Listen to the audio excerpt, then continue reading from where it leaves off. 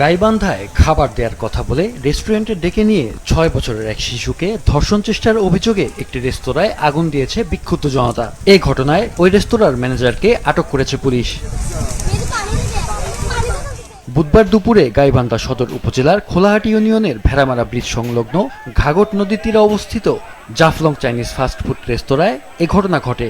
এই ঘটনায় আটক হওয়া ব্যক্তির নাম আমির হোসেন। তিনি সদর উপজেলার দারিয়াপুর বাজার এলাকার বাসিন্দা এবং মোহাম্মদ জয়নাল মিয়ার ছেলে।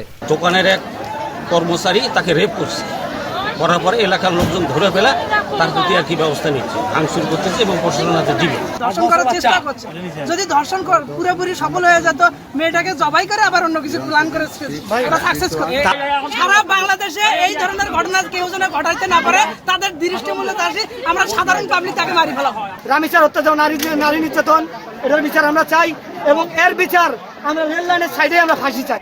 সঠিক প্যাড আর সঠিক তথ্য দিয়ে ইস্যু সামলে নিব এক হয়ে। Monalisa sanitary napkin. স্থানীয়রা জানান, দুপুরে শিশুটিকে কৌশলে রেস্তোরাঁর ভিতরে ডেকে নিয়ে যায় ম্যানেজার আমির হোসেন।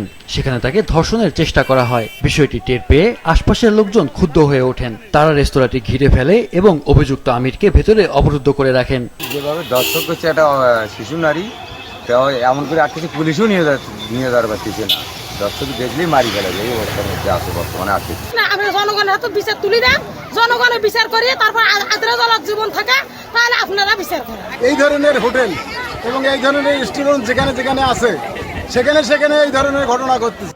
খবর পেয়ে গাইবান্ধা সদর থানা পুলিশ ঘটনাস্থলে পৌঁছে ১ ঘন্টার বেশি সময় চেষ্টা চালিয়ে পরিস্থিতি নিয়ন্ত্রণে আনে। এ সময় অভিযুক্তকে আটক করে থানায় নিয়ে যাওয়া হয়। পুলিশ তাকে নিয়ে চলে যাওয়ার পর উত্তেজিত জনতা রেস্তোরাঁটিতে ভাঙচুর চালিয়ে আগুন ধরিয়ে দেয়।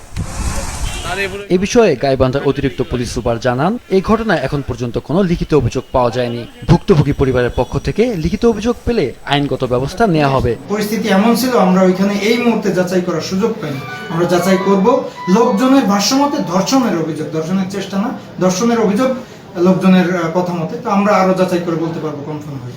মাহফুজুল হাসান, মাছরাঙ্গা নিউজ ডেস্ক।